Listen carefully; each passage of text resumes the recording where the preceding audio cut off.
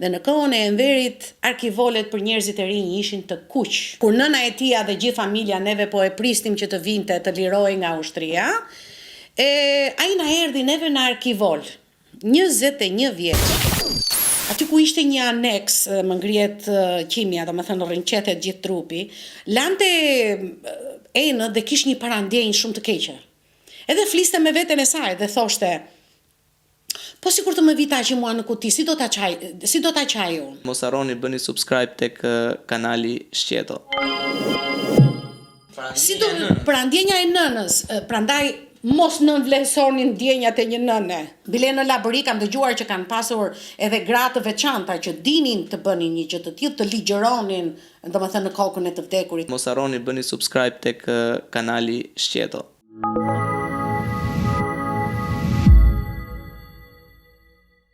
Miqtë Shqetos, përshëndetje. Jemi sërish me zonjën Eleni. Sot do të flasim për një temë personale të saj, në eksperiencë. Zonja Eleni ka humbur vllajën në një mënyrë të mistershme, le të themi, gjatë viteve të ushtrisë. Këtu kemi një foto, e cila do të na flasi vetë zonja Eleni. Cila është historia e kësaj fotoje, personi që është në foto, çka ka ndodhur me këtë? Atëherë, përshëndetje përsëri. Faleminderit që më keni në emisionin tuaj. Ju falenderoj për interesin dhe rëndësinë që më keni dhënë. Siç e kemi thënë dhe më përpara, që unë jam dropullite, që do të thotë nën shtetase shqiptare dhe kombësi greke. Dhe kush nuk e di se ku është dropulli, janë fshatra që janë ndërmjet Gjirokastrës dhe Sarandës. Domethënë neve gjithë jetën dhe në kohën e komunizmit kemi qenë minoriteti grek. Domethënë kështu ka qenë emri ynë ta thuash. Natyrisht që kemi shkuar në shkolla shqipe, flasim shqip dhe gjitha të tjerat, dhe natyrisht jemi patriotë edhe për Shqipërinë, sepse këtu jemi lindur dhe jemi rritur. Tashti me këtë djalin simpatik që është këtu, që bën një emision shumë të mirë, dua ta falenderoj, dhe natyrisht të gjithë emisionin që quhet Shqeto. Dhe prandaj jemi këtu dhe unë jam një nga njerëzit që i them të tëra gjërat Shqeto, domethënë urime për këtë dhe dua që të vazhdoni domethënë një gjë të tillë, si djalë i ri që je dhe unë jam nëna jote, po të jap një këshill. Shumë faleminderit, ne jemi presim gjithmonë këshillat, siç e patë edhe ju tek kafja, unë kafen e pi Shqeto dhe kështu jam në jetën e përditshme Shqeto, nuk di të bëj finde. Tash unë bëj një çik ndryshim, se ndoshta nga mosha. Unë jam Shqeto, por kafen e pi me pak sheqer. Ka lezet, të lezeton e sheqeri ty, sepse edhe për shkak të moshës, edhe për shkak të karrierës që ke, viteve, të kushteve të gjitha. Dhe shumë nga arsye të tjera. Tash mos të themi që duat bëjmë edhe një çik e ëmbël, se nuk jam e ëmbël, jam Shqeto, po s'ka gale, tash kush na pëlqej mirë, kush nuk ta pëlqej, se kemi problem. Sado Shqeto ti je ti, prapë ëmbëlsinë tënde tregon. Mundohem. Faleminderit. Atëherë sot siç kemi folur një çik më përpara, është për sa i përket një eksperiencë personale time dhe të familjes time. Kjo fotografi që shikoni këtu është fotografia e vëllait tim të madh që quhej Hristo. Vëllai im i madh ishte djali i parë i familjes, në moshën 18 vjeç, që shkojnë në ushtri. Po të mbushet 18 vjeç? Ushtri. Në ushtri. Ose zbor. Ishte domosdoshme. Kishte ajo të mirat e veta, po mos flasim për ato tash. Se burrat i bënte djemt, i bënte më burra. Kështu që ishte e mirë. Se s'ka burra sot? Ka, dhe burra cak. Megjithatë, atë mund të bëjmë një emision tjetër. Flasim, që Eleni Flasim. Po ne gashëm për të folur, çdo gjë që flet kjo është. Shiko, mua më pëlqen që të ndaj eksperjenca. Edhe ato që flas nuk janë gjëra që kanë ndodhur vetëm tek unë, janë gjëra që përgjithësi, edhe arsyeja që unë i them këto është sepse unë dua njerëzimin dhe dua që të ndaj çdo gjë me ta, që kjo eksperiencia ime t'i bëhet mësim atij tjetrit dhe që në mos arri në gabimet që kam bërë unë ose ato që kam kaluar unë, ti dëgjoj nga unë dhe të mos t'i bëj, ti parandaloj dhe ta ketë jetën më të qetë dhe më të mirë. Një intervistë edhe për këtë pjesë. Ka burra apo burra? Kështu do jetë tema. Burra me një r apo burra me dy r? E do ashtu? Po. Në rregull, se ta dush ti. Sa herë bashkëbisedoj me Elenin, gjithmonë nxjerrim tema, do kemi tema pafund. Të pafundra. Dhe do ta vazhdojmë këtë edhe kur të ikin në Greqi dhe kur të veten në Amerikë, me gjëra të ndryshme nga bota, sepse çdo është e mirë që shumë njerëz që janë të zotë ta bëjnë një gjë të tillë dhe nuk e kanë problem që edhe turp që të ndajnë këto eksperjenca ta bëjnë, sepse unë mësoj nga ty, ti mëson nga unë, nuk ka rëndësi se sa vjeç je. Atëherë, vëllai im Kristo mbaroi ushtrinë e ka bërë në Tropoj. Dhe natyrisht edhe atje edhe atë e thrisnin greku. Pra vlen të theksoj që ju e keni përjetuar Personalisht. Personalisht. Këtë nickname që ju ka vendosur, ju e mirëprisnit, e prisnit me entuziazëm, apo ju sigur ju e ndjesi si të fyer, si më thënë, ose si të nënshtruar? Shiko, siç e kemi thënë që çdo monedhë ka dy anë, unë gjithmonë shikoj dhe të mirën dhe të keqen. Sepse nuk dua të jem as negative pas shumë pozitive. E vërteta është e vërtet, shqeto ashtu siç është. Që do të thotë, kur më thonin mua Lena greke, më vinte nga një anë mirë që e pranonin njerëzit që ajo ishte origjina ime. Unë s'kam se të kem tur për të. S'kam faj unë që u linda greke, ose ai që u lind amerikan, ose ai që u lind spanjoll. Nga ana tjetër, nuk më vinte mirë kur e dëgjoja, sepse shikoja që më bënin një, si ta them unë në shqip, një ndryshim nga të tjerët. Do me thënë që unë sikur nuk... ndjesha, patjetër. Ndjesh, do me thënë, një racizëm. Ndjeje racizëm. Edhe ajo nuk ishte që një njeri të ketë dy kombe, bile është gjë e mirë, është një avantazh që mund të ketë një njeri, por në kohën e ignorancës njerëzit e kujtonin sikur ishte një gjë e keqe kur flisje 2 gjuhë ose flisje 3 gjuhë. Kurse tani din një ciao edhe bye bye, edhe kujtojnë se flasin anglisht ose flasin në italisht. E kupton? Aty është ndryshimi. Tashi, siç e thashë, më thënë, ishte ushtar vëlla im. Edhe në ditën e fundit që do lirohej, që flasim pas 2 vjetëve, kur nëna e tia dhe gjithë familja neve po e pristim që të vinte të lirohej nga ushtria, ai na erdhi neve në arkivol, 21 vjeç. Dhe në kohën e Enverit, arkivolet për njerëzit e rinj ishin të kuq. Njerëzit që janë të moshës time dhe të epokës time duhet t'i mbajnë mend këto hollësira. Ishte një ditë shiu. Dhe një natë përpara vinin shokët e Taqit, që i thoshim neve Taqin në emër të shkurtër, edhe i binin penxhere se ishim në katën e parë, edhe i thoshin mamas time, mama, nëna, erdi Taqi. Dhe mamaja ime, aty ku ishte një aneks, më ngrihet qimja, do me thënë rrinqetet gjithë trupi, lante enë dhe kish një parandjenjë shumë të keqe. Edhe fliste me veten e saj dhe thoshte, po sikur të më vi Taqi mua në kuti, si do ta qaj unë? E thoshte nëna? Po. Parandjenja e nënës, prandaj mos nënvlerësoni ndjenjat e një nëne, kushdo që t'jetë ajo. Nuk qante se mama ime ishte bricjape, ishte fort. Ishte shumë grua që nuk e derte lotin kaq kollaj. Qante për brënda dhe thoshte, ua, sikur të më vi mua Taqi në kuti, si do ta qaj unë? Sepse imagjinon që brezat e vjetër e din këtë, që nga anët tona, si Lebrit, nga jugu, do me thënë gjithë Shqipëria, të vdekurin larg qofte qanin me miroloj që thonë, do me thënë me këngë, si thonë këta.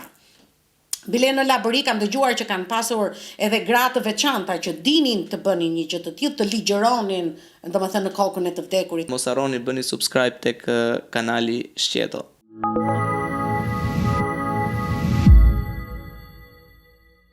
Pra po thonim që me që se kishim shkputet shkurtër, do mbajt vetja më të mira me një portokall, me një gjë kështu. Vitamin C. Vitamin C.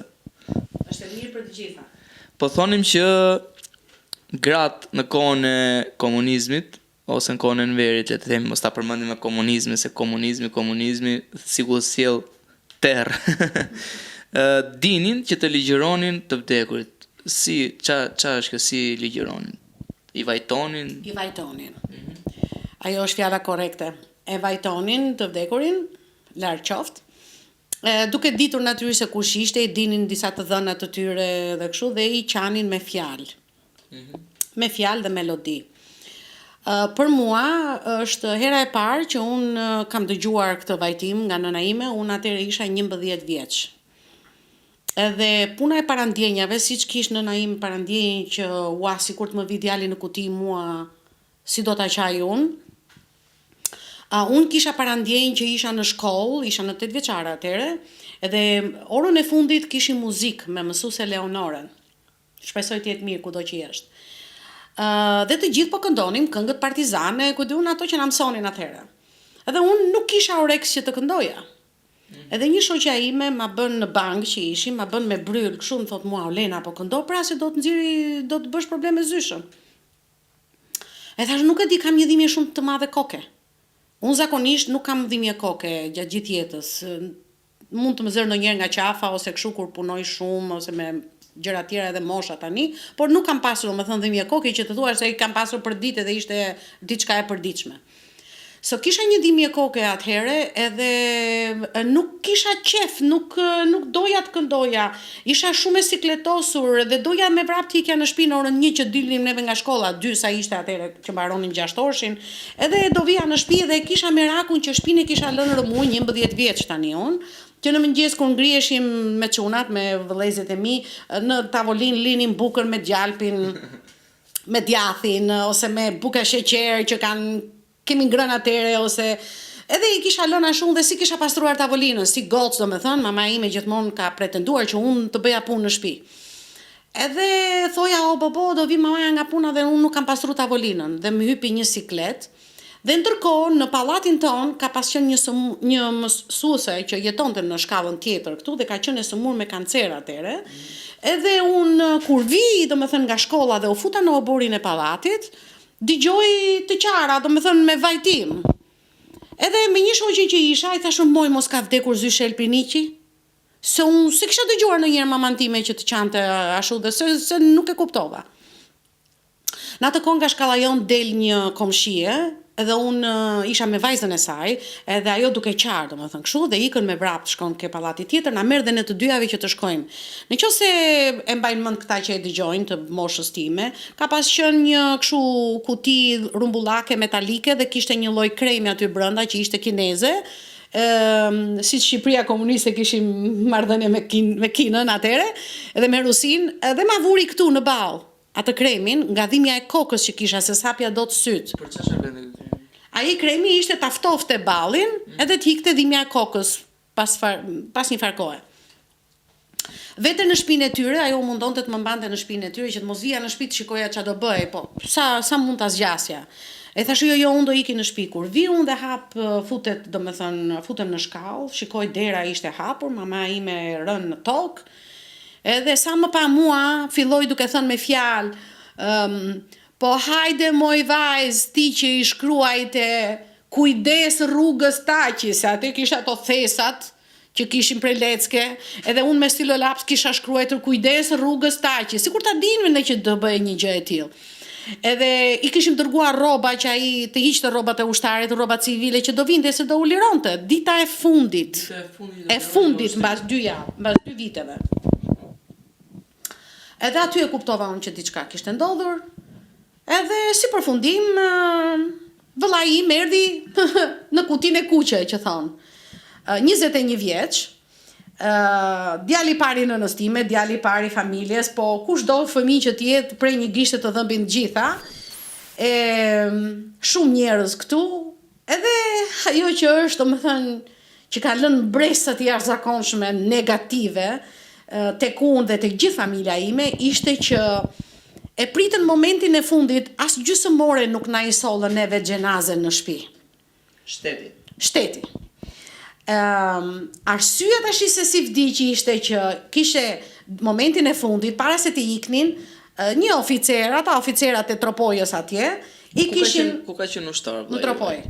Në Tropoj. Po, disa nga oficerat atje, një nuk e di se si, hollësirat nuk e di, e kishte caktuar me një djalë tjetër nga Përmeti që ai kishte bërë vetëm një vit ushtri, nuk do u lironte, të shkonte nga njëra pikë ushtarake në një pikë ushtarake tjetër me një reportapël të madh dhe ajo ishte e mbushur mbi karroceri 2 pëllëm që kishte mbi garkesë dhe kishte dysheqe, batanie, këto gjëra që çojnë për ushtri në kapanonet e ushtrisë.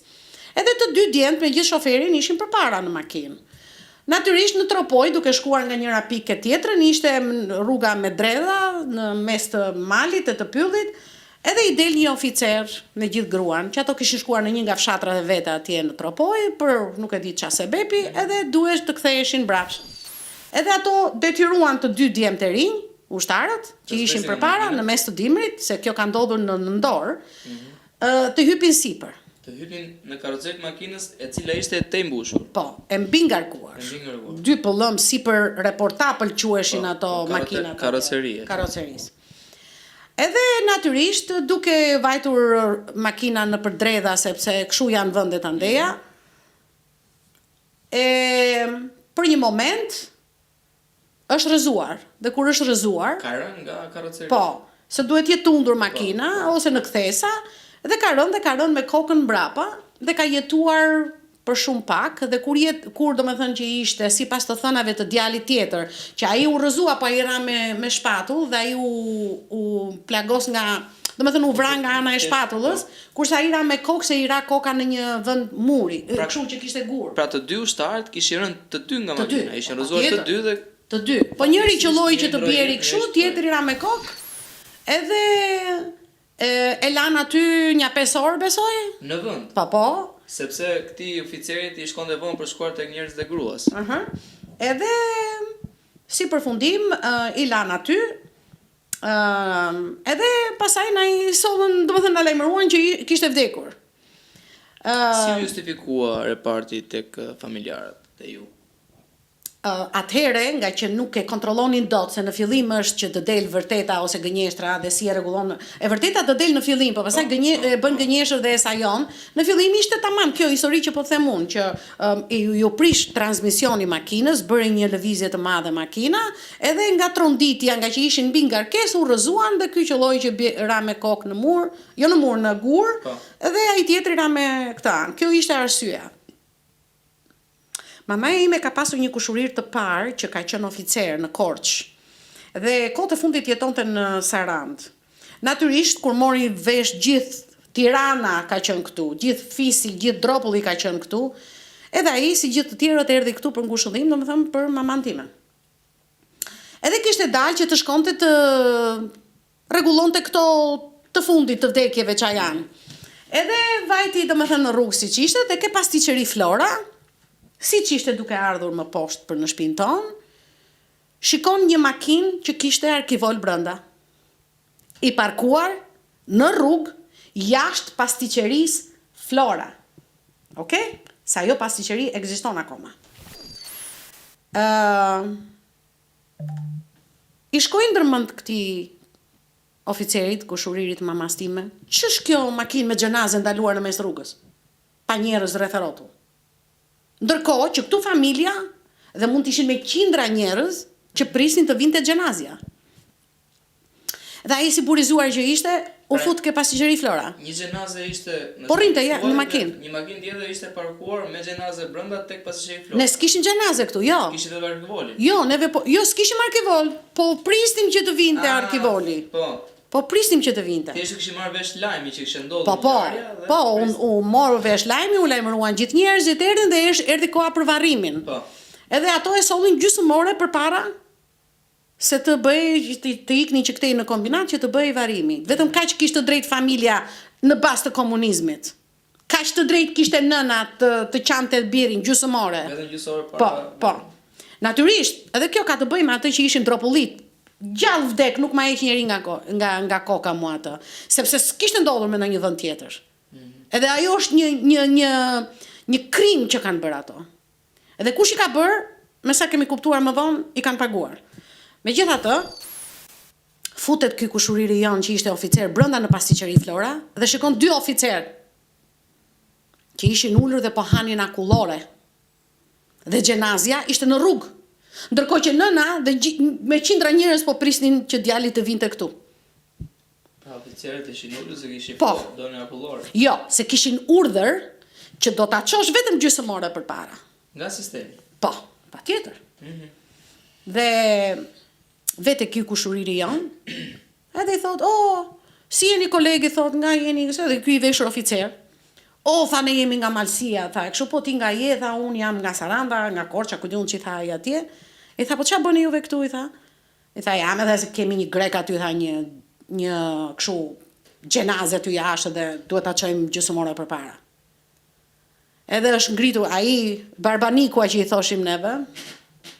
Ishte 2 metra burr. 2 metra. Edhe i shëndosh. Është ngritur, i ka kapur që të dy këtu, që të dy dhe i ka përplas kokat.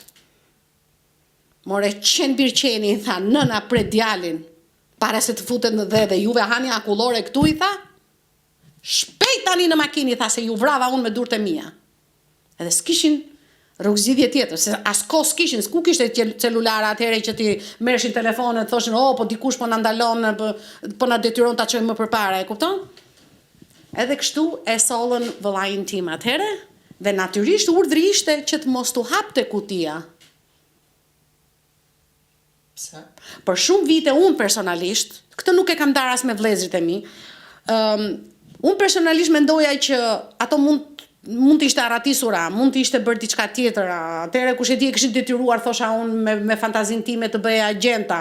Ku e di unë, dhe do ishte, shpresoja gjithë jetën që do ishte jashtë. Edhe di kur unë ka ikur ajo mua, kur vajta në Amerikë, e mendova më ndryshe, dhe pastaj kur vdiq babai jon, që u bë varimi në fshat, dhe vëllai im Dimitri ka bërë kështu një varr familjar, ishte i detyruar të nxirrte kockat, edhe natyrisht ishin kockat e taqit aty, që do të thotë, nëse ishin të tilla, nuk e di tani, po dua të them që kjo Domethënë as i familjari juaj nuk e ka parë kufomën e asnjë. tuaj. Jo.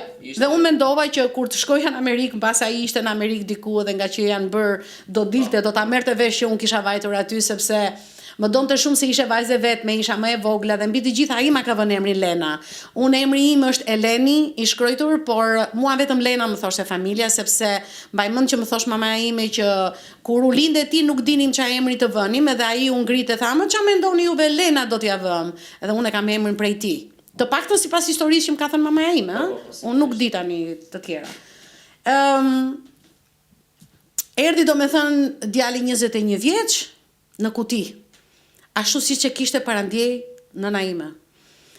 Çfarë mendon ti se neve kemi menduar, ose si kemi jetuar neve nga 71-shi deri në 90-ën që u hapën kufit? Me kokë të ulur, ta them unë. Pse me kokë të ulur? Po sepse çdo gjë që ndodhte ishim tropullit, ishte grek, ishte kështu, ishte ashtu, ose domethënë ishim minoritar, mori fund. Edhe të vdekurin nuk e respektuan. Edhe të vdekurin nuk e respektuan. Çfarë të them, që jam shumë e gërzuar? Po patjetër jam, akoma jam, dhe do jem derisa të mbyll syt. A ka qenë një lloj revolte juaja që ju keni vendosur që së fundmi edhe Të flas. përveç se të flasësh, të mos kesh asnjë lloj filtri kundrejt këtyre ndodhive që të kanë ndodhur, por që të zhdukesh fare, le ta themi, nga Shqipëria. Pra, Jo. thënë gjitha këto, çojnë në një përfundim të tillë tek Jo. Unë jam aq e fortë sa mund ta vuaj për shumë kohë një fakt, por jam edhe pak e zgjuar që të mendoj që disa njerëz që ndodhen që ishin plera, që bën gjëra të tilla, nuk mund të përgjithësoj gjithë botën. Sepse unë këtu kam edhe shumë shoqe, shumë miq, kemi jetuar 30 vjetësh, respekti kundrejt vendlindjes. E mirë e keqe, kushdo që të ishte, komuniste ose liberaliste, çfarëdo që të ishte, është vendi jon. Është edhe për neve vendi jon. Pra mlefi që keni ju, Është ajo që ka bërë komunizmi. Sistemi.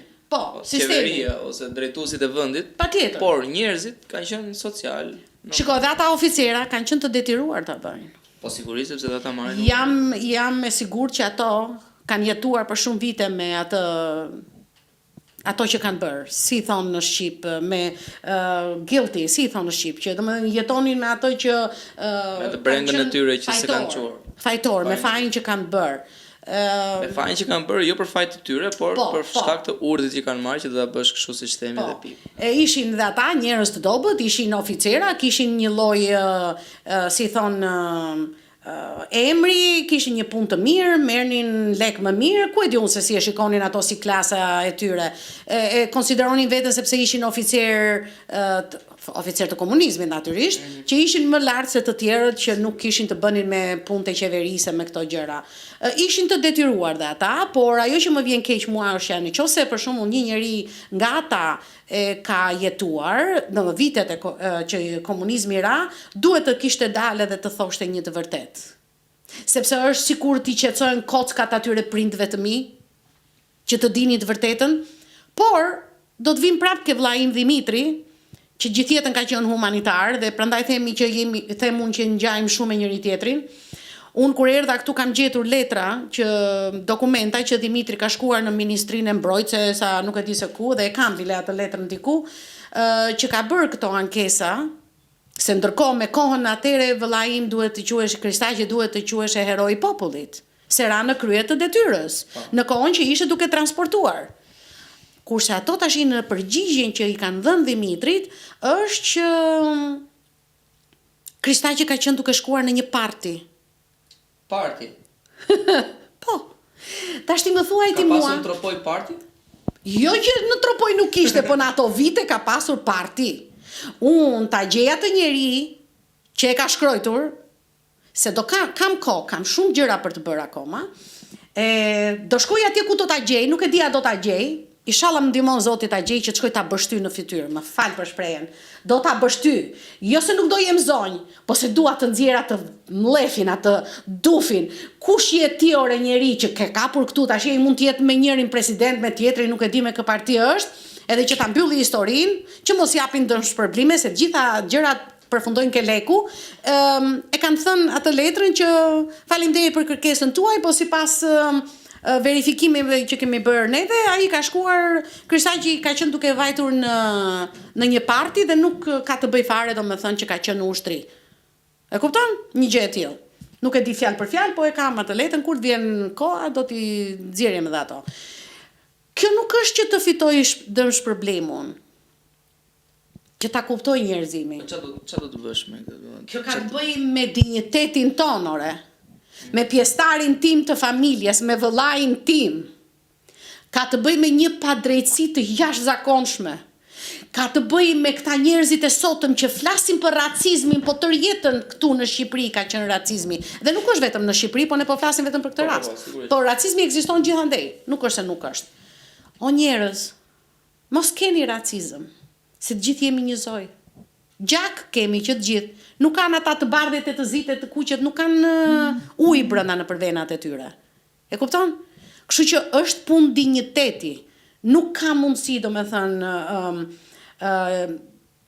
nuk është domethënë kaq e lehtë për mua që të pranoj që një që ka gjetë një karrika atje, mos them në një emër tjetër, se nuk vlen të biesh kaq poshtë sa ata, të thotë që ka qenë në parti. A ka turp ai njeri? Unë shpresoj që ky njeri, se do t'ja themi emrat edhe më vonë, unë shpresoj që ky njeri ta dëgjoj këtë, si thonë, në emision ose intervist, dhe të ketë parasysh që mua do më ketë nga mrapa.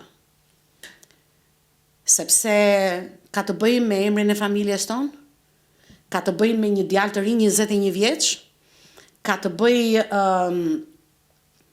me të gjithë opinionin publik, ose mbi të gjitha është dhe një mësim për gjithë botën, se vërtet komunizmi bënte gjëra të tilla, po mos themi që dhe tani socializmi ose demokracia nuk bën gjëra të tilla. Unë nuk kam parë, po imagjinoj me ato që shikoj nëpër televizora, filani vrau këtë, bëri atë, bëri kështu, bëri ashtu, edhe të gjitha ngelen vetëm aty dhe tani bile ka dalë edhe ajo që ka qenë me probleme psikologjike ai që vrau filanin, tash e heqim nga burgu se ka pas probleme psikologjike. Është e vërtet, ka plot raste që bën vrasje, thotë nuk kishte vetvetja, ose ishte në gjendje të dehur, ose kishte probleme psikologjike dhe bën 1 vit ose 2 vjet burg edhe del. Pale ai bën 2 vjet burg. Pale po pati pare dhe të paguaj? Nuk e din nëse këto gjëra bën. Po imagjinoj unë tash. Po, sigurisht. Okej, nuk po akuzoj njeri. Fakti që ka fakte që dalin njerëz nga burgu para kohë, pa shlyer dënimin, do thotë që ndoshta edhe funksionojnë këto gjëra. Kjo gjë ka ngelur si një plag shumë e madhe, që për mua për mua personalisht nuk është mbyllur komplet. Ashtu si edhe për Dimitrin, ku e lam fotografinë e tij, që nuk ka rëndësi, po nejse, domethënë edhe për Dimitrin, përderisa ai e ka kërkuar. Të imagjinosh domethënë se si jemi ne, jemi që Vllai e ka kërkuar. e ka kërkuar, ai ka bërë këto. Unë i gjeta letrat ashti që erdha këtu, që u sëmur vllai me Alzheimer, unë erdha këtu dhe pash çfarë dokumenta kishte dhe një nga ato letra ishte edhe kjo. Bile të shikosh se çfarë humanitar ishte ai, që mos kalojmë nga njëra temë ke tjetra, kam gjetur letra që ai ka bërë kërkesë bashkisë që të heqin plerat që janë mu në mes të vendit. Mu përpara legatës. Mu në mes të rrugës Durrësit. Mizat, këtu janë gjithë biznese. Unë se kuptoj pse këta njerëz nuk flasin. Duhet vi unë nga Amerika, që s'kam biznes këtu, s'kam asgjë, unë sot erdha nesër ika. Si jetojnë këta? Si presin të bëjnë biznes kur ka ato plerat aty përpara? Sepse janë adaptuar me këtë gjë dhe është bërë normale. Shiko, Ashtu siç varet se duan. me çfarë kënaqet njeriu. Po që se do e quan normale që të jetosh në mes të plerave, atëherë punë për ty. Po mirë tani. Po kjo do thotë që edhe gjithë neve duhet bëjmë të njëjtën gjë. Tani këtu ka banor. Ti Po. thua të heqim plerat që aty. Do i çojnë koshat në një vend tjetër që ka më pak banor, po do jenë larg. Kush i çon deri atij e plerat me qese. Për çfarë janë këmbët i dashur? Nuk janë për të ecur? Ne do të ecim vetëm me makinë. Me Mercedesat? Me Mercedes. O edhe me ato BMW? Un kam vetëm një biçikletë për vete. Po si i vetmi që ke bicikletë, se ka dhe të tjerë që janë me bicikleta. E mban mend Teto Olgën që thoshte në filmin e saja, Zonja nga qyteti, më se këta fshatar kanë shitur gomerë dhe kanë bler bicikleta. Tash unë them që këta njerëz kanë shitur bicikleta dhe kanë bler Mercedesa. Shiko se te pjesa e plerave tani kalojmë temë tjetër se kryetarin e kemi ka ca probleme me problemet e veta. Kryetarin, dhe çfarë duhet të Dhe- keq për kryetarin? Jo të vi keq, por nuk ka kush i detyron këta punojësit e tjerë që të shkojnë të bëjnë pastrimin e plerave. Rregullojnë ambientin. Në rregull, nuk e di ato, nuk mund të flas për gjëra që nuk di. Nëse ajo është një temë që do ta trajtoj dikush tjetër, se mua nuk më bie domethënë nuk e kam unë për ta bërë një gjë të tillë, sepse unë vetëm e pash, unë nuk do jem këtu, por nga që më vjen keq, domethënë që pse shqiptari është miku im, është komshiu im, pse duhet jetoj në mes të plerave? Dhe askush se ngre zërin. Jo, nuk e ngrejnë zërin. Po edhe kam dëgjuar këtu njerëz që kanë dyqane, që vinë me makinat e tyre dhe duhet të parkojnë për jashta. Këtu tash i parkon nuk e di se kush. Edhe ata që kanë dyqanet këtu nuk mund të parkojnë dot makinën, sepse po parkuan vjen policia i jep gjoba. Këtë kam dëgjuar. Tashi unë kur e kam shtëpinë këtu ose e kam dyqanin këtu dhe kjo rruga përballë më takon mua që kam biznesin, pse atëherë duhet që unë të marr gjoba dhe të vi çdo njeri që të shkoj ke kafja me pi. Po hecorën këmbë shko ke kafe se e tretë edhe kafen, nuk të shkatron nervat. Miqi, jemi në Tiranën tonë të dashur, në Shqipërinë tonë të dashur dhe do kemi dhe vazhdojmë të kemi problematika të tilla që koshat nuk pastrohen, padrejtësia vazhdon dhe këto nuk i them unë se kam ndonjë gjë me ata lart që na drejtojnë, por që faktet janë që funksionojnë edhe problematika të tilla, probleme me parkimin, probleme me komunitetin, me njerëzit. Të fundit jemi shqiptar, ngelemi shqiptar dhe shpërndani veç dashuri dhe mirësi. Zonjë Eleni të përshëndes shumë. Doja të thoja diçka para se ta mbyllim. Po. Unë, duke thënë edhe shqiptarët dhe greke, dua të theksoj që kam që të treja në shtetësit dhe i quaj veten shqiptaro greko-amerikane. Tashti, kujt i pëlqen? Le ta kuptoj ose ta pranoj. Po pa e kuptuar, mos nxjerrë i përfundim. Sepse thot një fjalë urtë popullore që aty ku jeton, problemi në shqiptarëve është që ne nxjerrim përfundim pa përfunduar. Jo e të gjithë shqiptarëve, nuk dua t'i përgjithësojmë gjërat, s'dua të jem negative, ka dhe shumë shqiptarë të mirë, me bizneset e tyre, me familjet e tyre dhe shumë gëzohem shumë, sepse natyrisht në këto emisione që kemi bërë më shumë kemi folur për gjërat negative që kanë ndodhur sesa për gjërat pozitive, por besoj se në çdo emision e kam theksuar që ky për shembull emision ishte i dedikuar këtij fakti ose atij fakti. Kjo nuk do të thotë domethënë që jam negative kundrejt Shqipërisë. Shqipërinë e dua, e dashuroj Shqipërinë, e pëlqej Shqipërinë, flas shqip, do vazhdoj të njëjtën gjë, Vetëm domethënë jap opinionin tim si një njeri i thjesht që besoj me të drejtën e fjalës që kemi të demokracisë mund të shprehemi. Ashtu sikurse çdo njëri prej nesh duhet që të ngrejë zërin për temat që na prekin, për problematikat që na prekin, sepse nëse nuk ngrem zërin, nëse nuk flasim, atëherë i bie që ne, siç e tham pak më parë, jemi bërë bashkë me ato koshat, jemi bërë bashkë me atë pislikun e atyre të cilët vinë kërkojnë kanoçe dhe i nxjerrin nga koshi plera dhe nuk i fusin më aty. Dhe kështu që nëse ne nuk flasim për gjërat e këqija, të cilat duhet të rregullohen, i bie që çfarë duhet presim për të ardhmen. Është fatkeqësi e madhe të shikosh në Shqipëri dhe në çdo restorant që ka qelluar që kam vajtur unë, të më vinë kalamaj të vegjël të kërkojnë. Ti e duke ngrënë me shoqërinë tënde dhe vjen fëmia i vogël dhe të hap dorën dhe do të kërkojë. Çfarë bën qeveria për këta njerëz? Se ato e kanë bërë biznes. Jam 1000% e sigurt që e kanë bërë. Dhe un kam fakte që mbas atij fëmijës vogël është dikush. Prindët e tyre. Mund të jetë prind, mund të jetë, nuk e di se kush mund të jetë, por që është dikush që i detyron që të dalin ashtu. Dhe më kryesorja ishte në kohën që kishin pashkët, përpara Mitropolit që ishte këtu që vajta një mrekulli që ceremoni shumë e bukur e gjitha. Ajo që e vetmja gjë që nuk më pëlqeu është që si kisha lejoi që përpara kishës të gjithë këta të ishin të rreshtuar dhe të shisnin qerinj.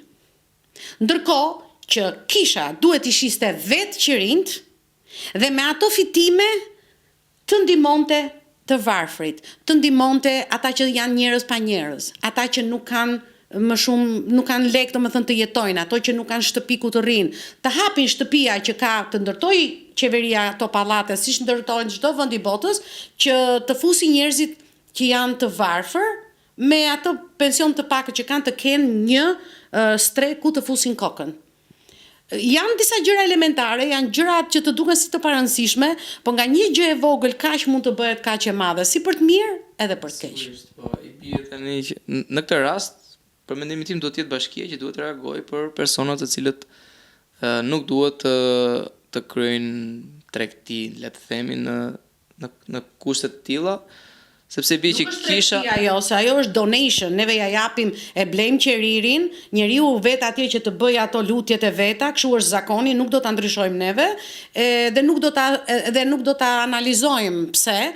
Kështu është zakoni, do ndezësh një qeri që ta marrësh qeririn, ti shesi kisha, si në çdo vend të botës, ti shesi kisha dhe ato lekë të shkojnë kundrejt njerëzve që kisha supozohet që i ndihmon.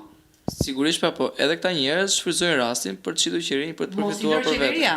Mos t'i lër që të vinë mu përpara aty, sepse unë njëkohësisht nuk kam parë që përpara xhamisë, se qelloi këtu kur ishte kora e Bajramit që isha unë këtu. Ishin të tërë atje duke u lutur, po unë nuk pash këta fëmijët e vegjël, edhe këto njerëzit gratë, plaka ose në një djalë që çalon ose kështu të shkojë dhe të kërkojë. Pse për Myslamini? Dhe këto do t'ja them qeverisë së tanishme. Ka edhe kështu sepse ne se kam parë, unë nuk pash. Ne rrim aty në qendër që bëjmë vokse dhe aty është edhe xhamia të cilat çdo të shtunë, çdo të premte bëhet riti fetar që falet xhumaja dhe aty ka pafund njerëz të cilët kërkojnë lëmosh. Por e besoj atë që thua. Atëherë kjo do të thotë është një fenomen që nuk është vetëm tek kisha, nuk është vetëm tek lokal, nuk është vetëm tek rrugat, te lagjet, te kafja, është gjithandej. Madje edhe te parlamenti kur hyjnë deputetët aty, këta shkojnë dhe lypin. Kjo është kulmi. Shiko, ajo duhet jetë një gjë që duhet të ndalohet sepse është një figurë shumë e keqe kundrejt Shqipërisë dhe tani Shqipëria është e hapur që çdo ditë unë shikoj me dhjetra njerëz që vinë nga jashtë, kemi kaq shumë turista. Në për mediat shikoj që janë bërë reklama me restorante të bukura, me ambiente të bukura që ta tërheqësh turistin të vi këtu, edhe vjen turisti tash të shikoj atë që po lyp. Domethënë nga një ekstrem në tjetrin, bëni diçka ju lutem për këtë, sepse ofendojmë veten tonë. Miq, kënaqësi që na ndoqët, mos harroni na bëni subscribe në kanalin tonë për të parë perla të tjera, jo vetëm me Elenin, por edhe tematika të ndryshme sociale, ekonomike, politike. Ju përshëndesim.